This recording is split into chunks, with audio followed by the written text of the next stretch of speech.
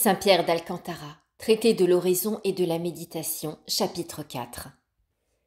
Deuxième méditation pour chaque jour de la semaine, jeudi. Méditation sur le couronnement d'épines, sur l'Ecce Homo, sur notre Seigneur portant sa croix et rencontrant sa Sainte Mère.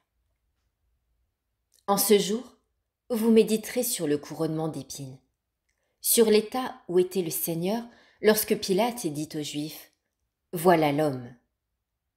Vous le considérerez ensuite portant sa croix et rencontrant sa très sainte mère. Les paroles de l'épouse dans le livre des Cantiques nous invitent à la considération de ces mystères si douloureux. Sortez, dit-elle, fille de Jérusalem, et voyez le roi Salomon avec la couronne dont le couronna sa mère au jour de ses fiançailles et au jour de l'allégresse de son cœur. Cantique des Cantiques, chapitre 3. Ô mon âme, que fais-tu? Ô mon cœur, que penses-tu? Et toi, ma langue, comment es-tu muette? Ô mon très doux Sauveur, lorsque j'ouvre les yeux et que j'aperçois le tableau si douloureux que me présente ce mystère, je sens mon cœur se briser. Et quoi, Seigneur, n'était-ce donc pas assez des coups de fouet de la colonne, de votre mort prochaine et de tant de sang répandu? Fallait-il encore que les épines fissent violemment couler le sang qu'avait épargné la flagellation? Ô mon âme, pour sentir un peu ce mystère de douleur, rappelle-toi d'abord l'image de cet adorable maître avant sa passion, la souveraine excellence de ses vertus, et considère ensuite l'état où il est ici réduit. Oui, commence par contempler la grandeur de sa beauté, la modestie de ses yeux, la douceur de ses paroles, son autorité, sa mansuétude, sa sérénité et cet air divin qui commande tant de respect. Puis, quand tu auras ainsi reposé tes regards sur une figure si achevée et que tu te seras enivré de cette vue, viens considérer ton adorable maître tel qu'il se montre ici, couvert de ce lambeau dérisoire de pourpre, le roseau pour sceptre royal à la main, cet horrible diadème sur la tête. Contemple ses yeux presque éteints, ce visage d'un mort, cette figure toute couverte de sang et salie par les crachats que ces misérables n'ont pas eu horreur de vomir contre lui. Considère-le bien tout entier, et au-dedans et au-dehors, le cœur traversé par les douleurs comme par un glaive, et le corps partout sillonné de blessures. Vois ton doux maître abandonné de ses disciples, poursuivi par les Juifs, servant de jouet aux soldats, méprisé des pontifes, renvoyé avec dédain par un roi inique, accusé injustement et destitué de tout appui humain. Ne considérez point cela comme une chose passée, mais comme présente. Non comme une douleur étrangère, mais comme votre propre douleur. Mettez-vous vous-même à la place de celui qui souffre et faites-vous une idée de ce que l'on vous ferait souffrir si, à un endroit aussi sensible que la tête, on enfonçait des épines nombreuses et aiguës qui pénétrassent jusqu'aux os. Que dis-je? Des épines? Quand ce ne serait qu'une piqûre d'épingle, à peine pourriez-vous l'endurer. Que devait donc souffrir cette tête de la plus délicate organisation qui fut jamais, quand on lui faisait endurer un tel genre de tourments? Après que les épines ont été ainsi enfoncées autour de la tête du Sauveur, après qu'il a servi de jouet, le juge le prend par la main, et dans l'horrible état où il est réduit, il le montre aux yeux du peuple transporté de fureur et leur dit « Ecce homo, voilà l'homme ». Comme s'il disait « Si c'est par envie que vous me demandiez sa mort, le voilà maintenant dans un état qui n'excite plus la jalousie, mais la compassion. Vous aviez peur qu'il se fît roi? Le voilà si défiguré qu'à peine il paraît un homme. Qu'avez-vous à craindre de ses mains liées? Cet homme a été battu de verges. Que demandez-vous de plus de lui? Par là, tu peux te former une idée, ô mon âme, de l'état dans lequel parut alors le Sauveur, puisque le juge crut qu'il suffisait de le montrer pour briser le cœur de pareils ennemis.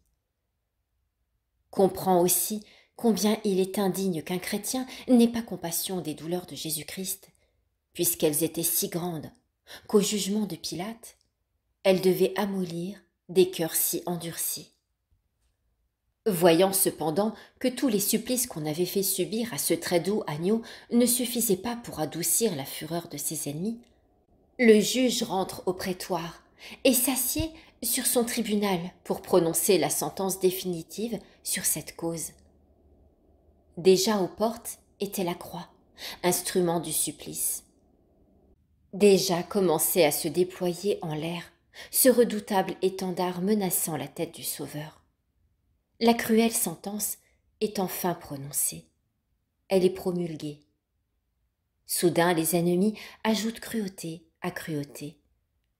Ils chargent sur ses épaules si meurtries, si déchirées par les coups de verge, le bois pesant de la croix. Ce tendre Sauveur ne refuse pas néanmoins de se courber sous ce fardeau qui n'était autre que celui de tous nos péchés. Que dis-je? Par amour pour nous, il embrasse la croix avec une charité et une obéissance infinie. L'innocent Isaac s'achemine donc vers le lieu du sacrifice avec ce fardeau si accablant sur ses épaules si affaiblies. Une grande multitude le suit. Là sont aussi plusieurs pieuses femmes qui l'accompagnent de leurs larmes. Et qui aurait pu ne pas verser des larmes à la vue du roi des anges gravissant la montagne du calvaire avec une charge si pesante, les genoux tremblants, le corps incliné, les yeux modestes, le visage ensanglanté, avec cette guirlande à la tête, au milieu de ces honteuses clameurs et de ces vociférations que l'on proférait contre lui.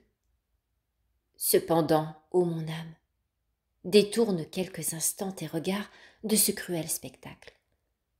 Va en toute hâte, navré de douleur, exhalant tes gémissements et tes plaintes. Va à la demeure de la Vierge. Dès que tu seras en sa présence, tombe à ses pieds et dis-lui, avec l'accent de la plus amère douleur, ô souveraine des anges, reine du ciel, porte du paradis, avocate du monde et refuge des pécheurs, salut des justes, allégresse des saints, maîtresse des vertus, miroir de pureté, gardienne de la chasteté, modèle de patience et vivant abrégé de toute perfection. Grâce, grâce ma souveraine. Pourquoi ma vie a-t-elle été conservée jusqu'à cette heure? Comment puis-je vivre, ayant vu de mes yeux ce que j'ai vu? Pourquoi en dire davantage? Je viens de quitter votre Fils unique et mon Maître. Il est entre les mains de ses ennemis. Il porte sur ses épaules une croix sur laquelle il va être immolé. Qui pourrait jamais comprendre jusqu'où alla en ce moment la douleur de la Vierge? Elle sentit son âme défaillir. Son visage et son corps virginal se couvrirent d'une sueur mortelle qui aurait dû lui ôter la vie, si Dieu par un miracle ne l'eût réservé à un plus grand martyr, comme aussi à une plus grande couronne. La Vierge se lève donc pour aller à la rencontre de son Fils. Le désir de le voir lui rend les forces que la douleur lui enlevait. Elle entend de loin le bruit des armes, le tumulte de la multitude, le cri des héros publics qui annoncent la marche de la victime. Bientôt, elle aperçoit les fers des lances et des piques qui brillaient en l'air. Elle trouve des gouttes et une trace de sang. C'en est assez pour suivre les pas de son Fils. Elle n'a pas besoin d'autre guide. Elle approche de plus en plus de ce Fils bien-aimé. Elle lève ses yeux obscurcis par la douleur et l'ombre de la mort, et cherche à découvrir ce bien-aimé de son âme. Ô amour, ô crainte du cœur de Marie. D'un côté, elle désirait de le voir, mais d'un autre, elle ne pouvait se résoudre à le voir dans un si lamentable état. Enfin, elle arrive à un endroit d'où elle peut découvrir son fils. Leurs yeux se rencontrent. Et ce regard d'ineffable compassion et d'ineffable amour perce leur cœur et fait à leurs âmes mourantes la plus profonde blessure. Leur langue était muette, mais les cœurs se parlaient. Et celui de ce très doux fils disait à sa mère : « Pourquoi êtes-vous venue ici, ô ma colombe, ô ma bien-aimée et ma mère ? Votre douleur accroît la mienne, et vos tourments percent mon cœur. Retournez, mère chérie, retournez à votre demeure. Il ne convient pas à votre modestie et à votre pureté virginale de se trouver dans la compagnie d'homicides et de voleurs. » Voilà les paroles, et d'autres plus touchantes encore, que durent s'adresser ces deux cœurs si remplis de compassion l'un pour l'autre. De cette manière se fit ce cruel chemin jusqu'au lieu où on allait dresser la croix.